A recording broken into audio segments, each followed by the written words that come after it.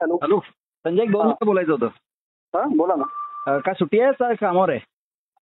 सुट्टीवर होतो आज. अच्छा, मी काय म्हणत होतो की तो जो हॉटेलचा रिपोर्ट तुम्ही सांगितला ना, तो हा, आरोप हा, तुम्ही हा. दिला होता का कोणी दिला होता? मीच दिला होता. ओके. आणि किती महिन्यापूर्वीचं इन्स्टॉलेशन आहे ते? किती वर्षापूर्वीचं? जानेवारीत केलं होतं मी. जानेवारी 2023ला 24ला तो युनिट लावलं.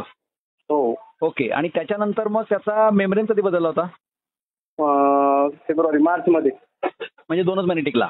ओके. हो. मग त्याच्यानंतर मे महिन्यात तुम्ही युनिट घेतलं तेव्हा त्याच्या आधी मेम्ब्रेन चेंज केला होता का हे लावलं आणि मेम्ब्रेन चेंज नाही केला? म्हणजे आतापर्यंत टोटल मेम्ब्रेन किती लागले? नाही, पहिल्यांदा ते दुसऱ्यांदा पण मेम्ब्रेन ब्लॉक झाले आणि नाही, दुसऱ्यांदा मेम्ब्रेन टाकल्यानंतर आता साधारणतः 1 महिन्यानंतर मार्च ना एप्रिल मे मध्ये परत मेम्ब्रेन चेंज केले. हे बघा, जानेवारीला मशीन लावलं, मार्चला मेम्ब्रेन चेंज केला, नंतर हो. मग तुम्ही युनिट घेतलंय साधारणपणे 30 मेला. हो, 30 मेला. जूनलाच तर मी पकडा. साधारणतः मी 15 मेला परत मेम्ब्रेन चेंज केले.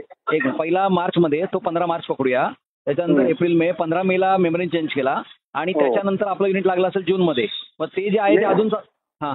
मे मध्येच लावलं ना, मे मध्येच मागणी केली ना मी. हो, बरोबर आहे. पण मग 15 मेला जे मेम्ब्रेन लावले ते अजून चालू आहेत का? हो, तर आपलं युनिट लावल्यानंतर जे म्हणजे तुम्हाला युनिट येण्याच्या आधी मी 10 दिवस मेम्ब्रेन लावलेले होते ना. हां, बरोबर आहे. त्याच्यानंतर जे युनिट लावलं त्यानंतर 30 मेम्ब्रेन चालू आहे अजून. म्हणजे 15 मेचा मेम्ब्रेन आहे तो अजूनही चालू आहे. हो. ओके, ठीक आहे. आणि त्याचं काय म्हणतात ते लिटर पर आउटपुटवर चेक केलं होतं का? 1 मिनिटामध्ये किती लिटर मिळतं?